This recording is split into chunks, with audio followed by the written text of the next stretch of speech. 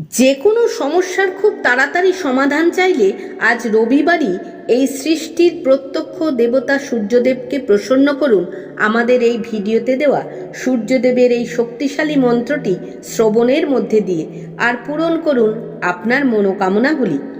নমস্কার বন্ধুরা, আমাদের চ্যানেলে নতুন একটি ভিডিও নিয়ে আজ আমরা আবার উপস্থিত হয়েছি আপনাদের কাছে। বন্ধু,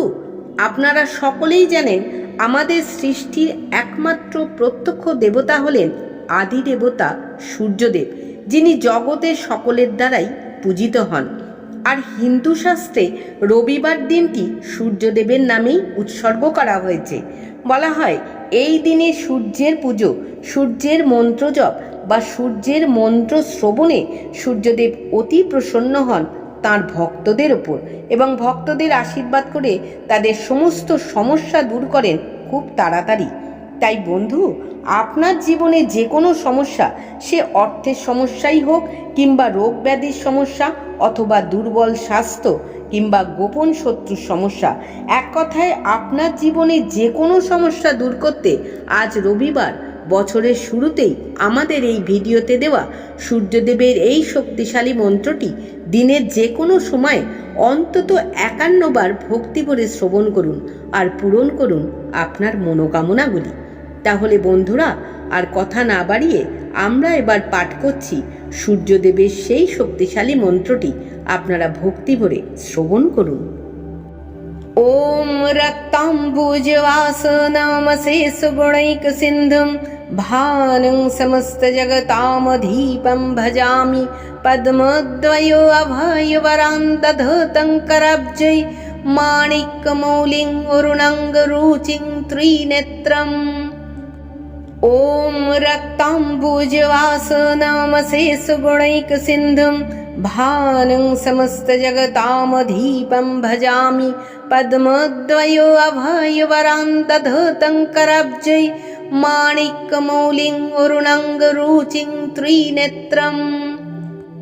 ओम रक्ताम्बुजवासनामशेषगुणैकसिन्धुं भानुं समस्तजगतामधीपं भजामि पद्मद्वयो अभयवरान्दधतं कराब्जै माणिक्यमौलिं अरुणाङ्गरुचिं त्रिनेत्रम्। ओम रक्ताम्बुजवासनामशेषगुणैकसिन्धुं भानुं समस्तजगतामधीपं भजामि पद्मद्वयो अभयवरान्दधतं कराब्जै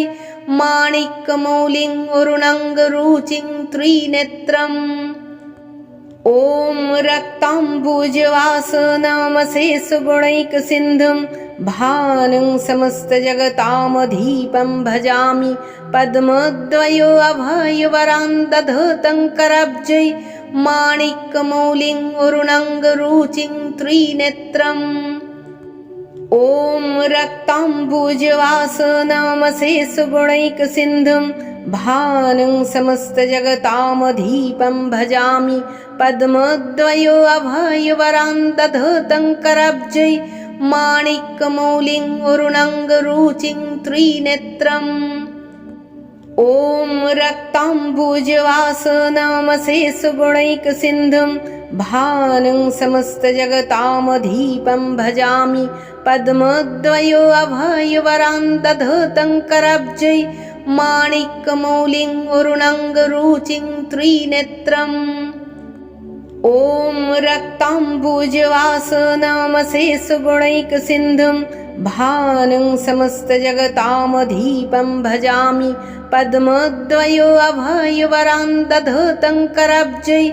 माणिक्यमौलिं अरुणाङ्गरुचिं त्रिनेत्रम्। ओम रक्ताम्बुजवासनामशेषगुणैकसिन्धुं भानुं समस्तजगतामधीपं भजामि पद्मद्वयो अभयवरान्दधतं कराब्जै माणिक्यमौलिं अरुणाङ्गरुचिं त्रिनेत्रम्। ओम रक्ताम्बुजवासनामशेषगुणैकसिन्धुं भानुं समस्तजगतामधीपं भजामि पद्मद्वयो अभयवरान्दधतं कराब्जै माणिक्यमौलिं वरुणाङ्गरुचिं त्रिनेत्रम् ॐ रक्ताम्बुजवासनमशेषगुणैकसिन्धुं भानं समस्तजगतामधीपं भजामि पद्मद्वयो अभयवरान्दधतं करब्जै माणिक्यमौलिं वरुणाङ्गरुचिं त्रिनेत्रम् ॐ रक्ताम्बुजवासनमशेषगुणैकसिन्धुं भानं समस्तजगतामधीपं भजामि पद्मद्वयो अभयवरान्दधतं करब्जै माणिक्यमौलिं वरुणाङ्गरुचिं त्रिनेत्रम् ॐ रक्ताम्बुजवासनमशेषगुणैकसिन्धुं भानं समस्तजगतामधीपं भजामि पद्मद्वयो अभयवरान्दधतं करब्जै माणिक्यमौलिं वरुणाङ्गरुचिं त्रिनेत्रम् ॐ रक्ताम्बुजवासनमशेषगुणैकसिन्धुं भानं समस्तजगतामधीपं भजामि पद्मद्वयो अभयवरान्दधतं करब्जै माणिक्यमौलिं वरुणाङ्गरुचिं त्रिनेत्रम् ॐ रक्ताम्बुजवासनमशेषगुणैकसिन्धुं भानं समस्तजगतामधीपं भजामि पद्मद्वयो अभयवरान्दधतं करब्जै माणिक्यमौलिं वरुणाङ्गरुचिं त्रिनेत्रम् ॐ रक्ताम्बुजवासनमशेषगुणैकसिन्धुं भानं समस्तजगतामधीपं भजामि पद्मद्वयो अभयवरान्दधतं करब्जै माणिक्यमौलिं वरुणाङ्गरुचिं त्रिनेत्रम् ॐ रक्ताम्बुजवासनमशेषगुणैकसिन्धुं भानं समस्तजगतामधीपं भजामि पद्मद्वयो अभयवरान्दधतं करब्जै माणिक्यमौलिं वरुणाङ्गरुचिं त्रिनेत्रम् ॐ रक्ताम्बुजवासनमशेषगुणैकसिन्धुं भानं समस्तजगतामधीपं भजामि पद्मद्वयो अभयवरान्दधतं करब्जै माणिक्यमौलिं वरुणाङ्गरुचिं त्रिनेत्रम् ॐ रक्ताम्बुजवासनमशेषगुणैकसिन्धुं भानं समस्तजगतामधीपं भजामि पद्मद्वयो अभयवरान्दधतं करब्जै माणिक्यमौलिं वरुणाङ्गरुचिं त्रिनेत्रम्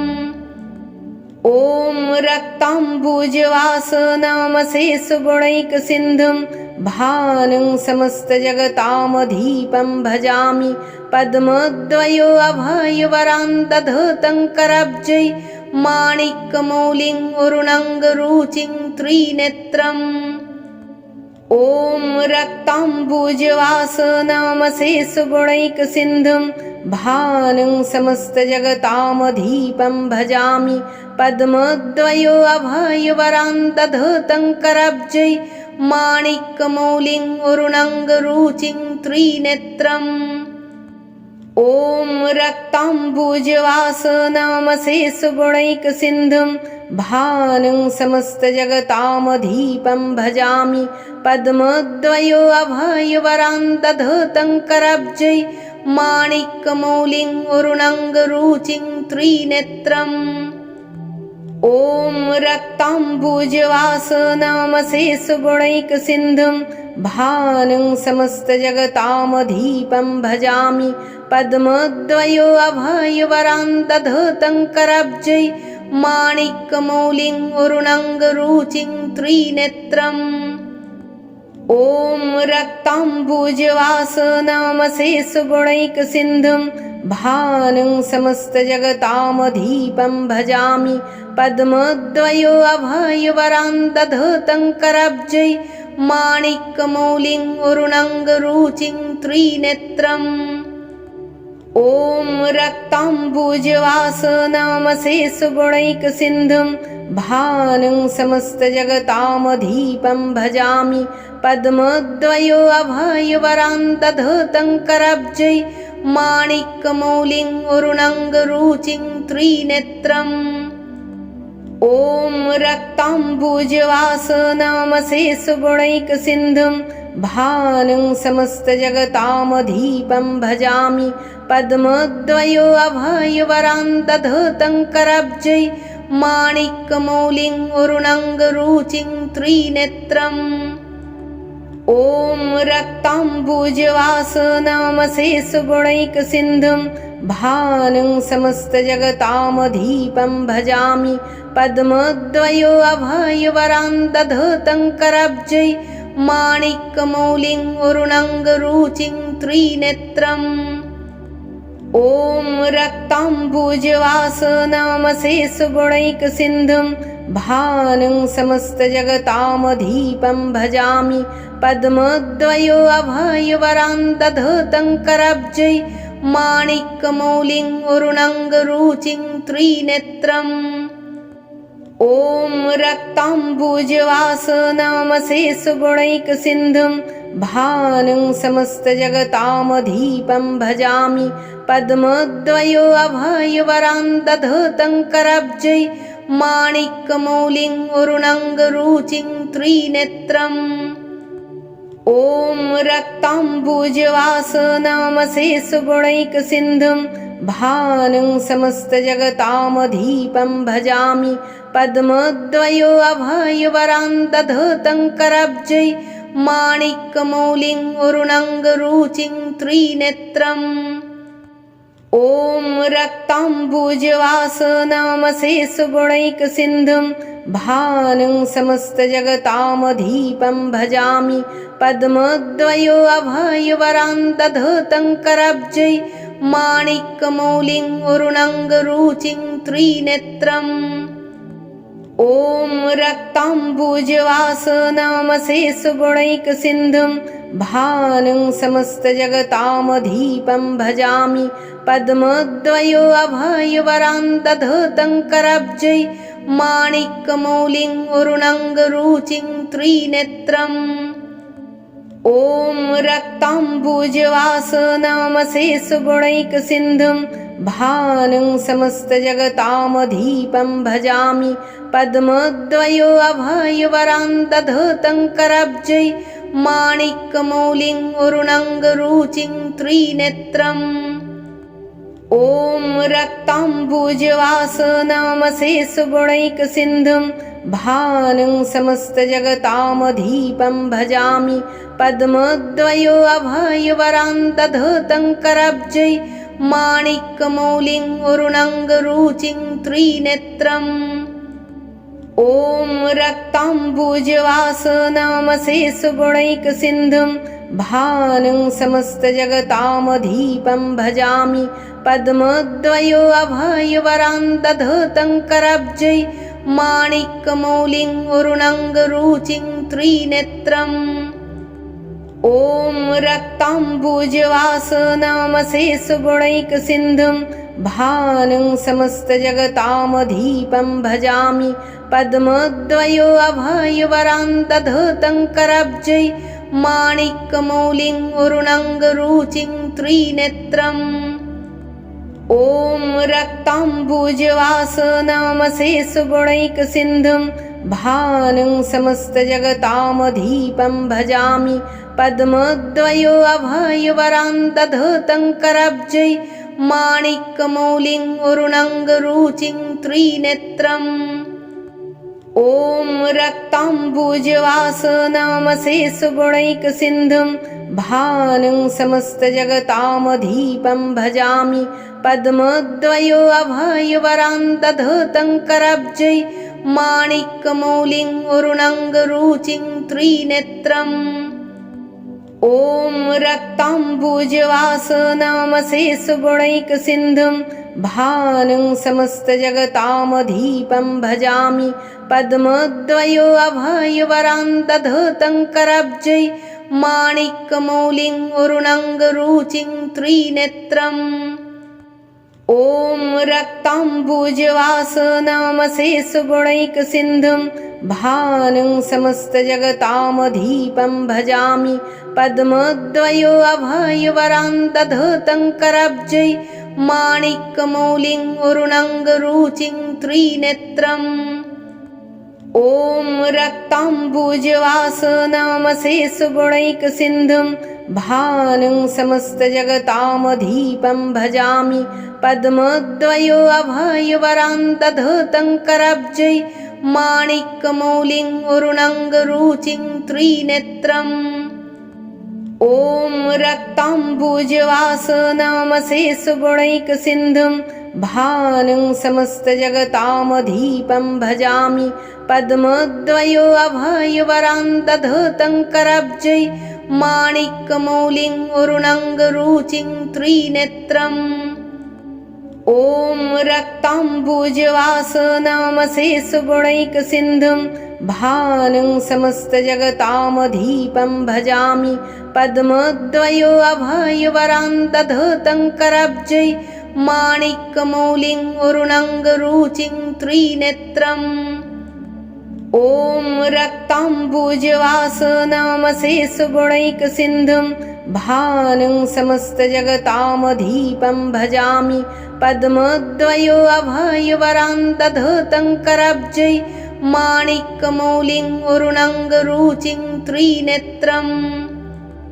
ॐ रक्ताम्बुजवासनमशेषगुणैकसिन्धुं भानं समस्तजगतामधीपं भजामि पद्मद्वयो अभयवरान्तधतं करब्जै